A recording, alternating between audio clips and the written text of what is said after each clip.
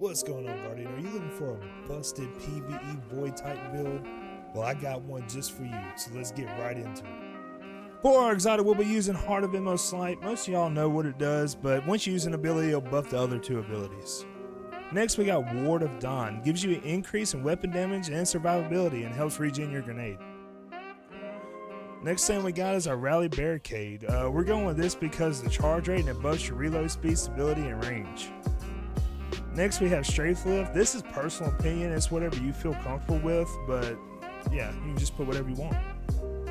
Next we got Shield Throw. This will give you an overshield for every hit you make with it, and this helps with survivability. For our grenade, we're gonna go with Vortex Grenade just because it is very OP, especially with all the fragments and stuff that we got going along with this, so put on Vortex Grenade. Now for our aspects, we'll be using Controlled Demolition. This will help us out with survivability because it heals you and allies when volatile targets explode. Next we have Offensive Bulwark. This helps regen grenade energy when you have an overshield or you're inside Ward of Dawn. For our first fragment, we have Echo Persistence. This is going to help keep Overshield and Devour procced.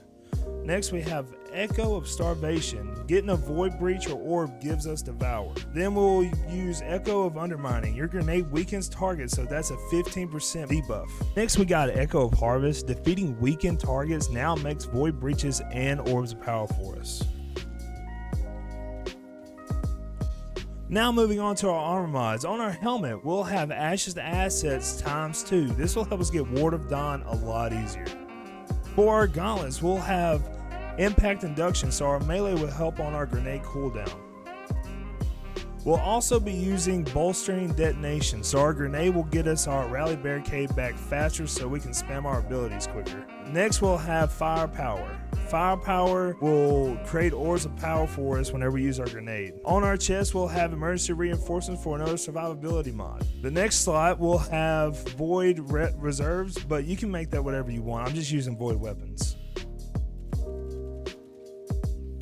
Now for our legs, we're going with Innervation to help reduce grenade cooldown for when we pick up Orbs of Power. We'll also be running 2 Absolution mods to help us with our ability cooldowns. Now for our class item, we'll be using Powerful Attraction, so when we use our class ability, it'll collect orbs for us. Next we have Reaper. Now every time we use our class ability and get a weapon kill, we will get orbs. And for the last one, we are going to go with Bomber, so we can, yeah, you guessed it, reduce our grenade cooldown. Now we'll move on to our artifact perks. Our first one is going to be the Void mod, so we can get all of our Void mods discounted. Our next thing we'll be using is Melee mod to discount our melee mods for us also. Now for our third perk, we're going to be using Unto the Breach. Defeating a Void debuff target creates a Void Breach. Then we'll be using Protected Breach for when we pick up a Void Breach, it will give us an overshield, or it will refresh the overshield we already got. And for our last one, we'll be using Supernova. This will be buffing our Void grenades even further, and this is what makes those Vortex grenades so busted. Well, now that I've gone over the build with you, I hope that you find this build as fun as I did, and if you like the content, you know, help me out, hit me with a like and subscribe. Peace.